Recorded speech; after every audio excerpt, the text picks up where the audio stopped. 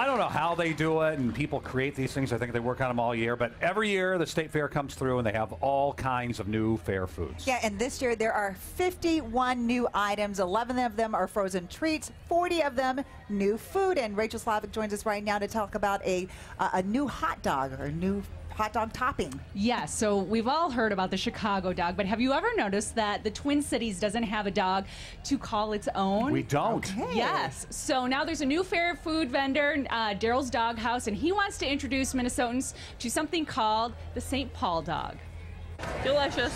If there's one place to find a different take on the plain old hot dog, it's at the Minnesota State Fair. Dipped in sweet batter, it suddenly becomes a pronto pup. Add onions and kraut, it becomes the famous footlong. But now, there's another option. We're with Daryl's Dog House.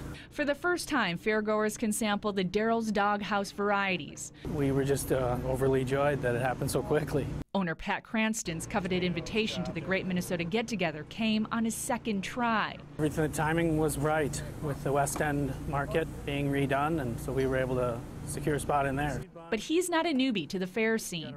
Pat spent 20 years at county fairs honing his recipes. Well, I think we use the best products available. His most popular product, the Chicago dog. Onions, relish, tomato, pepper, and a pickle take this frank to a new level. They call it dragging it through the garden. Yet there's one menu item that's sure to have a home state appeal. Next, I'm going to make the St. Paul style hot dog. A poppy seed bun, and I'll be frank, and the toppings, all staples of a Midwestern diet. So we just kind of did a lot of research on what people would want on their hot dog, and everyone obviously said bacon. French fried onions and cheese sauce top this new take on the traditional dog. And the taste, let's just say it's no surprise, it appeals to the Minnesota palate. I love it so much better than the Chicago dog. Okay.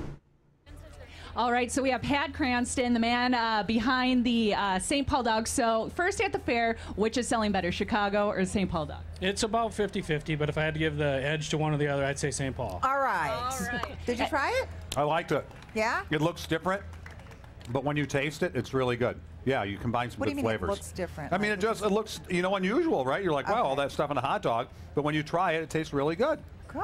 Yeah. And you have other items besides just the Chicago dog and St. Paul dog. You have standard dogs too. Yep, yeah, we have a regular all beef dog for kids or people who want just to kind of build their own dog. You can do that too, and chips, water, and pop, so you can get a, kind of like a value meal or a combo meal. How's your first day at the fair going? It's going well. We really like it out here. It's the best fair in the country. Remind people where you're located. We're in the new West End Market over by just west of the Sky Ride, right on Dan Patch. All right, thanks, and I know you brought Well done. some I can tell you samples worked hard for on people. it. Congratulations, Pat. Thank you. Yeah, it's really nice. Well, from hot dogs to real dogs, we're going to show you sweet, sweet, sweet dogs. Yeah, how you can actually learn about dogs out here at the fair. We'll show you that. And we'll show you how Linda did on her final seed creation coming up.